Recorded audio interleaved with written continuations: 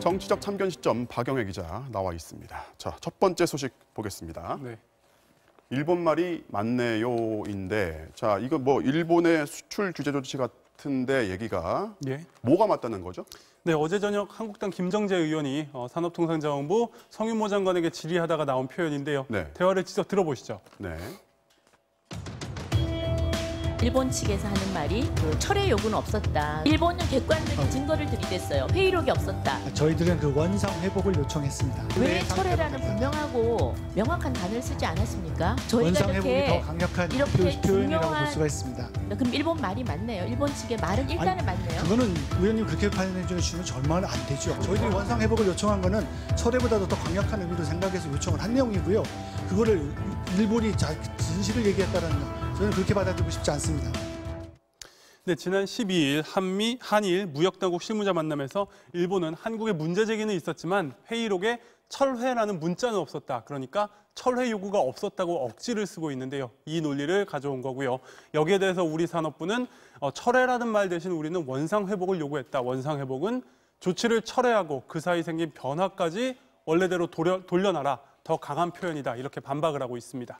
자, 지금 같은 상황에서 굳이 일본의 억지 논리를 끌어들일 필요가 있는 건지 모르겠습니다. 네, 그렇다 보니까 조금 전 보셨다시피 성윤모 장관 조용히 대답을 하다가 조금 울컥한 듯한 모습이었고요. 네. 김정재 의원은 산업부가 일본과의 최전선에 서 있는데 조그만 꼬투리도 잡히지 말아라, 뭐 만전을 기해달라, 뭐 철저히 해달라 이런 뜻이었다고 수습을 했습니다.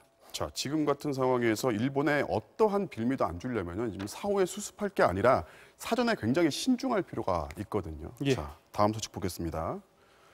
박영선 아직도 청문회 중인데, 자, 중소벤처기업부 박영선 장관 청문회 때 워낙 시끄러웠잖아요. 예. 근데 아직도라는 건 또 무슨 얘기입니까? 네, 오늘이 국회 상임위 첫 업무 보고였는데요. 사실 질의 내용을 들어보면 이게 청문회인지 업무 보고인지 싶을 정도였습니다. 일부를 직접 들어보시죠. 네.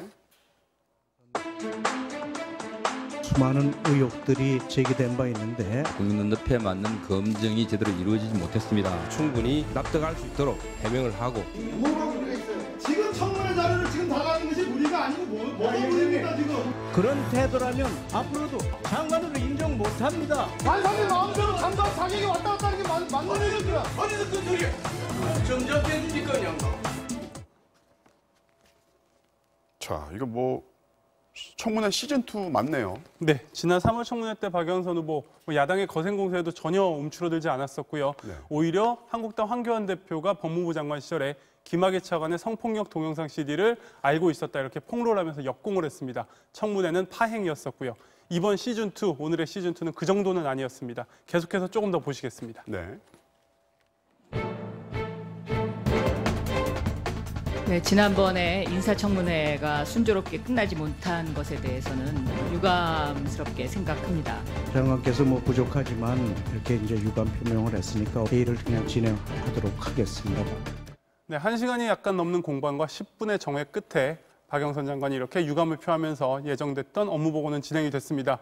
워낙 현역 의원 때 워낙 강성이었고요. 또 지난 청문회 때는 태도가 불손하다 이런 지적까지 나왔던 걸 생각해 보면 비교적 빠르게 자세를 좀 낮춘 셈인데요.